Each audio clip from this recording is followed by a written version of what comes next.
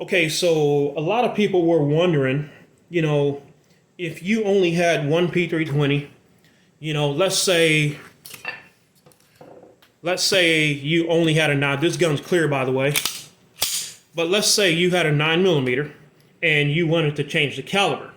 So the P320, the one I have, can change to three different well, it can go back and forth between three calibers. But if you have the 9mm, you can change it to two other calibers. So that will put you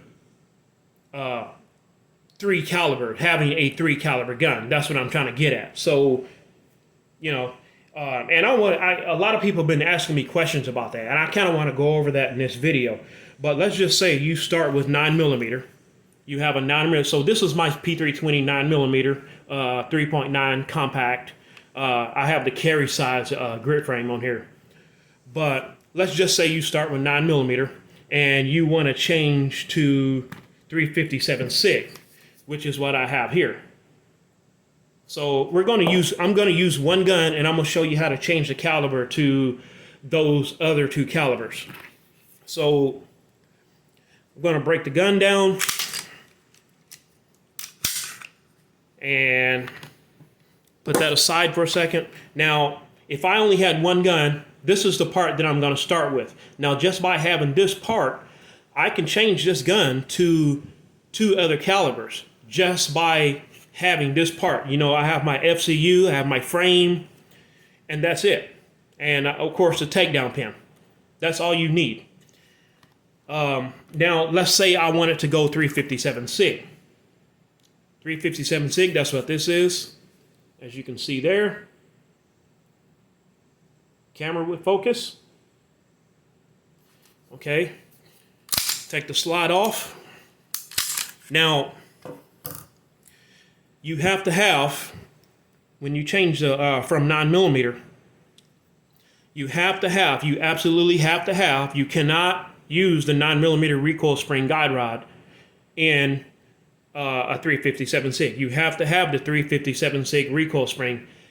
If you try to use the 9mm recoil spring in 357 SIG, it absolutely will not function correctly.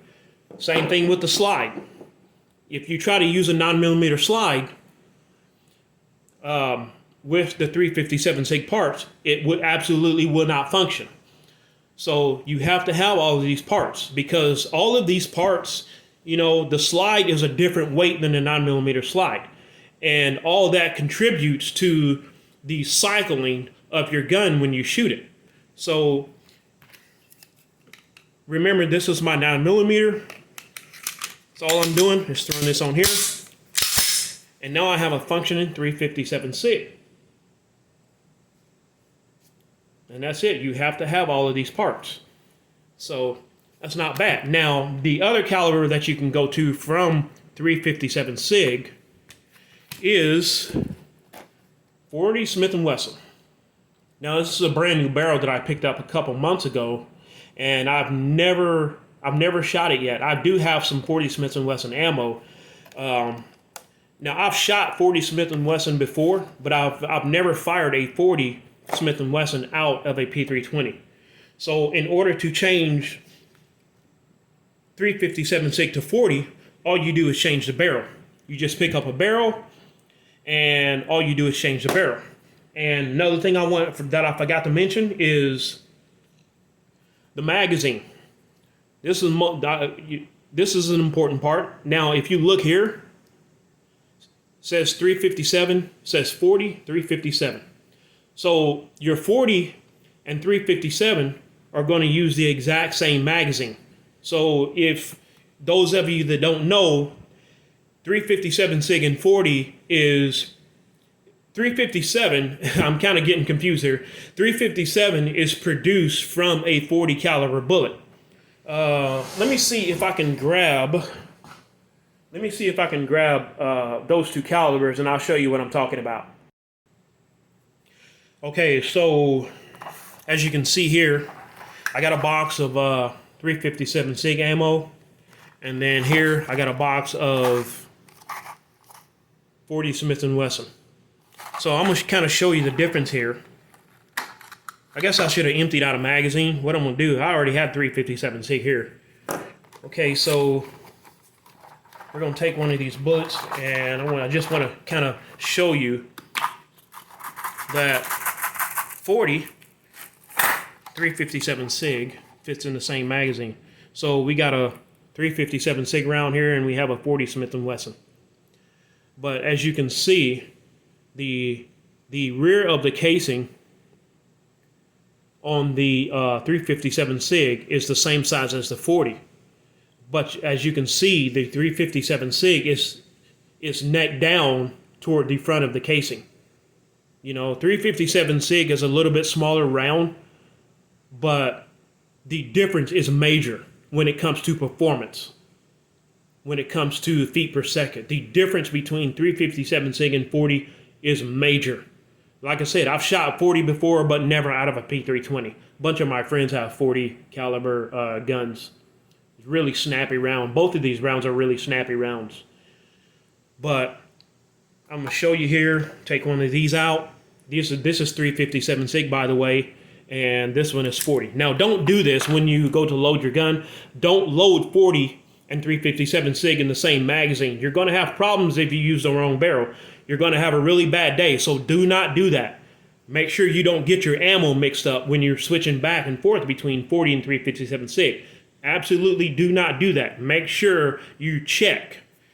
But I'm just doing this for the video, so take a couple out. This is a really tight magazine. It's a brand new magazine, so that's why it's really tight. So as you can see, I have 357 SIG ammo in there, and this one is a 40 caliber.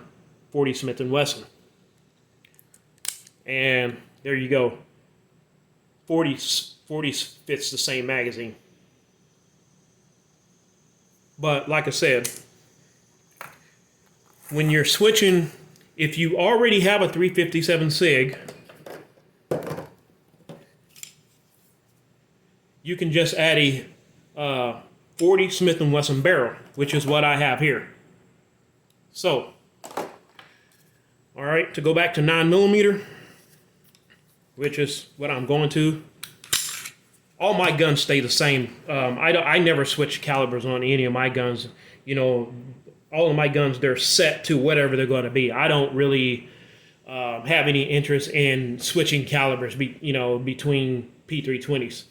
Whatever it is, whatever I make it out to be at first, that's what it's always going to be. I only bought the 40 Smith & Wesson barrel because of the COVID thing, and I couldn't find, a whole lot of ammo, like 9mm 357 SIG. So I bought a 40 Smith & Wesson barrel just to kind of, so I can have something to shoot. I can have, in case something go down, at least I'll have another caliber to choose from. So, okay, so go back to 9mm, put this one back to 357 SIG.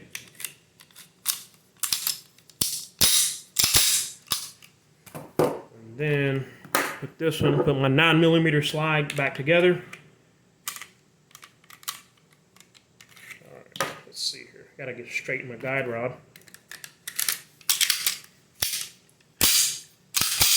All right, there you go with that. So I just wanted to make a quick video just to kind of, because I was getting a lot of questions about that, and I just kind of wanted to make that clear. I'm probably skipping around in this video, but I tried to explain it the best way I can. So there you have it with that. Thanks for watching.